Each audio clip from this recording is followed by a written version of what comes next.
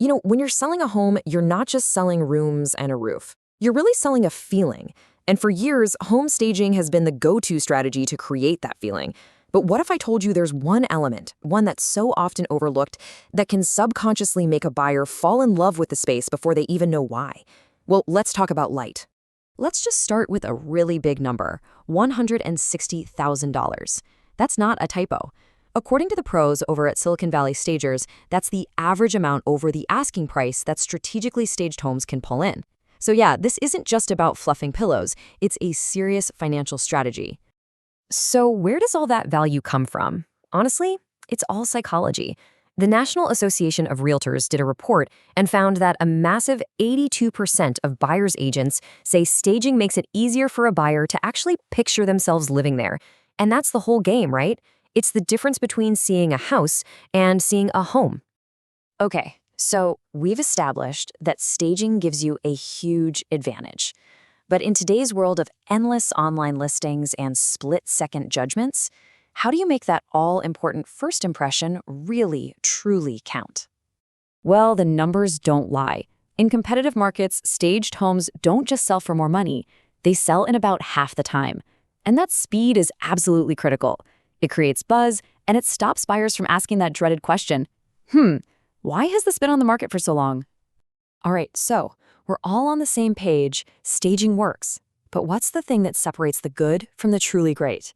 What's the secret ingredient that takes a space from just looking nice to feeling, well, perfect? It's something we are surrounded by every single day, but almost never think about strategically. The secret is light. And I don't just mean any light. I'm talking about the specific color of that light. It is the hidden key that unlocks a buyer's emotions. Now, to really master this, you have to understand one core concept, color temperature. And no, it has nothing to do with how hot the bulb gets. It's just a way to measure whether a light appears warm and yellowish or cool and bluish.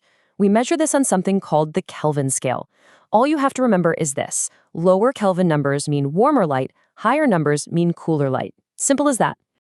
And wow, you can really feel the difference here, can't you? Look at the image on the left. That warm, low Kelvin light just feels so cozy, so intimate, like you're settling in for a relaxing evening.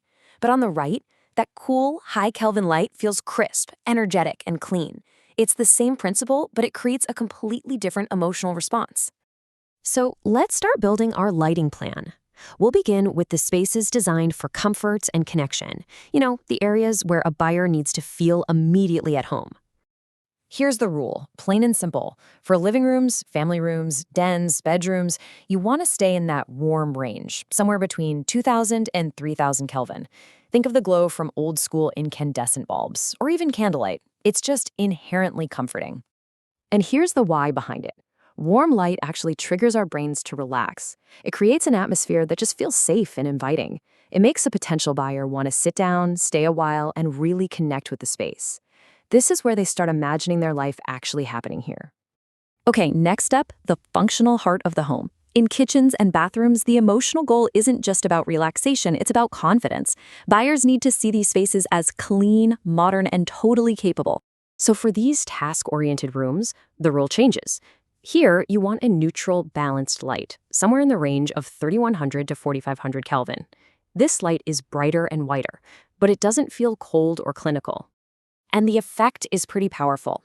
Neutral light makes colors look true, it makes surfaces look cleaner, and it makes the entire room feel more vibrant and functional. It sends a signal to a buyer that this is a practical, well-maintained space where they can cook, get ready, and just manage their daily lives with ease. All right. Finally, let's talk about a room that has become an absolute non-negotiable for so many buyers today, the home office. This space isn't about relaxing or cooking. This is all about focus and productivity. So for any dedicated workspace, the goal is to use cool light. That's anything above 4,600 Kelvin. This is the light that's designed to mimic bright daylight, and it sends a really powerful signal to our brains to be alert and focused. And this isn't just a vibe. It's backed by actual science.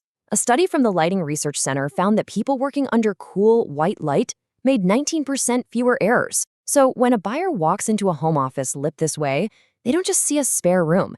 They feel this little jolt of productivity. They can instantly imagine themselves getting things done there.